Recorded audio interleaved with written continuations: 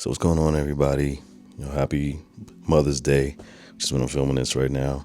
Um, and I don't know, the day just kind of made me want to just touch on something really quick as far as like the idea of like grief and like times like these, how they tend to impact folks. Because I don't think people understand the depths of like how losing a parent or a loved one could really impact you. What grief tends to look like. It doesn't come packaged in a particular type of way that you can always expect, right? So I'm thinking back to last year, and I meant to make a video about it, but I just never got around to it fully. Trying to plan out and strategize around this whole YouTube thing. A little bit more than a year ago, I had like this real crazy like emotional breakdown. Just thinking about my mother this year will make 20 years that she passed away. And I was a group on a reel.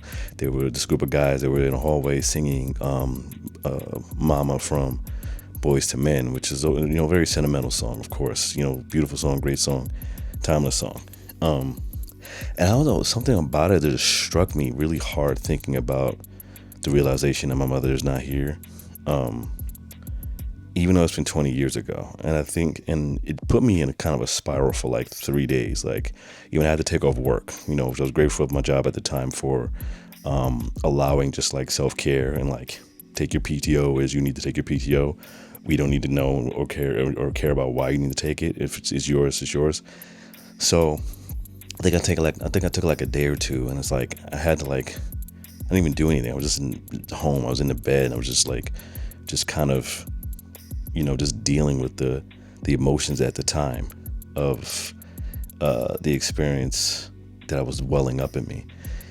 And, it made me just think about like how, I know there's a lot of, quite a bit of friends that I accumulated online over the years that, I'm in similar situations and like, of like losing a parent, what that feels like, and thinking about just, how we all go through grief in some type of way. And again, it never does look really one particular type of way. It never stops, right?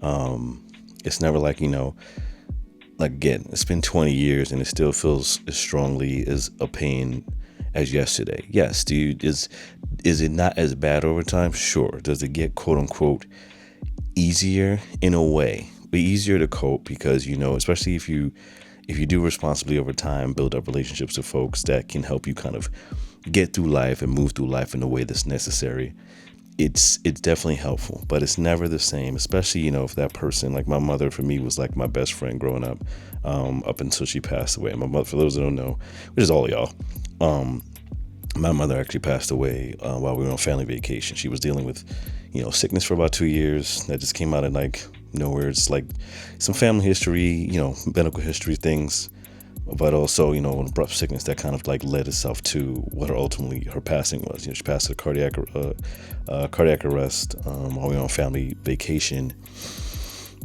in my arms while we were on the train. The train was, delayed while we were getting to our destination. Couldn't find out we were literally a stop away, but it took forever. We were on the train for hours, and I think the stress got to her. And she had been on what seemed like the end of the sickness. Again, on family vacation. It's the first time my immediate family has gone on vacation together in a really long time. At that time, I was 20, since probably I was like 9 years old. So it was a great moment, and it just like hit out of nowhere. She went to the bathroom and then came back, sat down, and just went to straight cardiac arrest, and she ended up passing away. And which made it hard because we were literally going to the family event. So we spent the rest of the time at that family event or family reunion,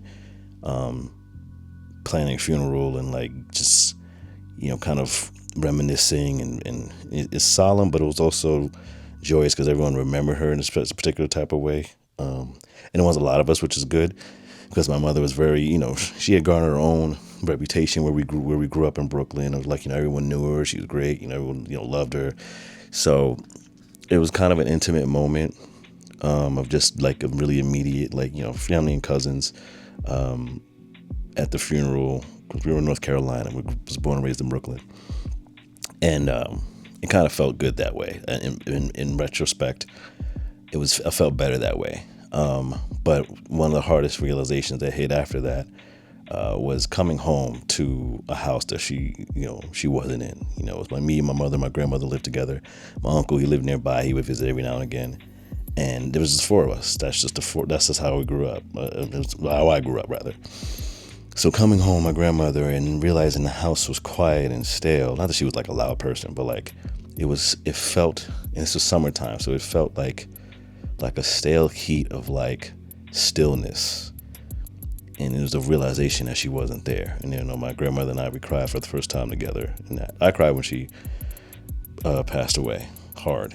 And but it's the first time we had shared that emotional moment in it. So it's something that was really hard that whole 6 months, that whole year to deal with. And over time, again, building up friendships, building up certain relationships with folks, it allowed it to be easier to know when there's a love there. Because I definitely had ideations and things like, just feeling like there was nothing else. You know what I mean? Losing this special person in my life. I felt like there was nothing else for me. But having folks there as be as a reminder, and then, thinking about all the things that I was accomplishing and up to, it made it better to cope. So, years over time, thinking about,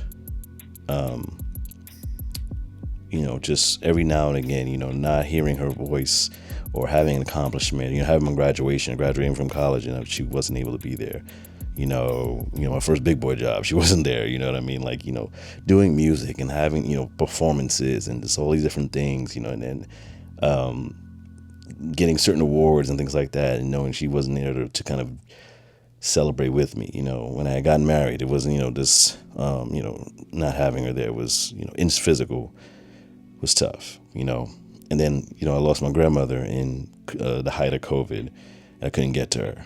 So I think the grief,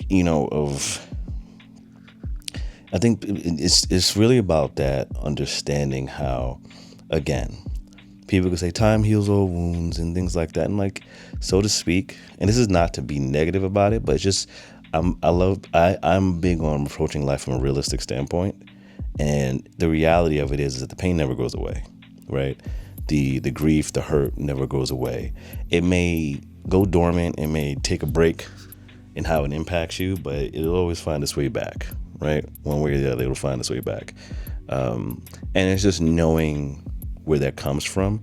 Like, for anyone that's a Marvel fan that's ever watched, WandaVision during COVID, and Vision, you can look this up, the show. I don't have to explain the whole show, but one of the main characters, Vision, for those that are Marvel fans, one of the things that he said that was powerful was like, what is love if not grief? What is grief if not love persevering?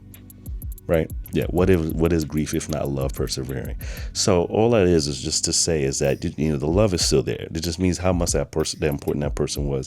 And I think that's something, while it's very solemn and you can quote unquote think of it as sad, it's also something that should be, I would think, as like a reverence, joyous in the sense of, that person meant a lot to you. It hurts that they're not here, but at least that there's something in your spirit that still holds them close, and lets you know that they are still with you in some type of way in the spirit. I watched Coco. For anyone who's seen Coco, the movie Coco, that shit hit hard as hell, an unexpected way towards the third act. But in short, the idea of like, when we die, or when parents die, or when loved ones die, and they're thinking about that cultural aspect of when loved ones die, how do we remember their name? How do we carry on their legacy? Do they die for good? Are they really dead for good as long as we keep their names alive? So I thought, that was something that resonated with me in that particular movie. And I love how movies and, cinema and media can sometimes, really reflect, certain lessons and philosophies and things like that. But I've said it to say, I wanted to just like speak on just like, for days like this, where it's like, whether it's Mother's Day, whether it's Father's Day, whether it's holidays, where, you're dealing with the loss of a loved one, someone that's very close to you. Just know that, it's okay to feel the feelings of the grief when they're not there. When it shows up, let it be what it is. And revel in the fact that it just means you're reminded, and you're reminding into their spirit, for those that could be believers in how spirit moves and things like that, that you're thinking of them, and they're spiritually knowing that they're being thought of, and may their spirit rest in that universal knowledge, right? That that feeling is intertwined. You remember them, they appreciate in the remembrance. Is what you could hope, right? But know that that's just your love persevering, and let that be what it is in its own beauty. Again, it can feel hurtful, but just know that that's. I would offer that we get to feel it in that particular way. That it is our reverence, in whether it's in the somberness of it all or what have you. It is our reverence of that person, and you're allowed to feel that way. It shouldn't be like, oh, why am I still feeling this? Why do I still feel it? It's for a reason, right? And it's important. So yeah, grief is going to happen. It's going to come. It's not any type of particular failing or anything of that nature, or like you haven't gotten over it, or you haven't healed, or whatever, could possibly hold around it. For those that may be holding something around it, I invite you to hold that is your love persevering, that is your reverence for that person, and that's something to still be honored. Even in the moment of the feeling, it's something to be honored. If you come back to it once you're done feeling the feels, it's like, know that that's what that is, and allow that to be just your reminder to carry on for those folks, and take what time you need. It's also, again, take your time. There's nothing to fight. I don't believe it's something to fight. I believe it's something to be immersed in, so that you can feel like a whole person and feeling your human feels and your emotions in the way that you need to. So, just wanted to share that message that was on my heart, and speak to those that have, lost someone. It's something that's been a big part of my life. So I hope that, this resonates with you in a positive way. And I hope that whatever you're feeling today, whether it's Mother's Day or any holidays to come year after year, that you hold that reverence, hold that love, and let that be something to keep you going in life. Because knowing that you're still here, and you're living for them, and you're living in their name, and doing what you need to do. So, happy Mother's Day to everyone, and holidays beyond, whenever you may be watching this. So, know that I see you. I'm here with you. We're feeling in the same, and hold that love.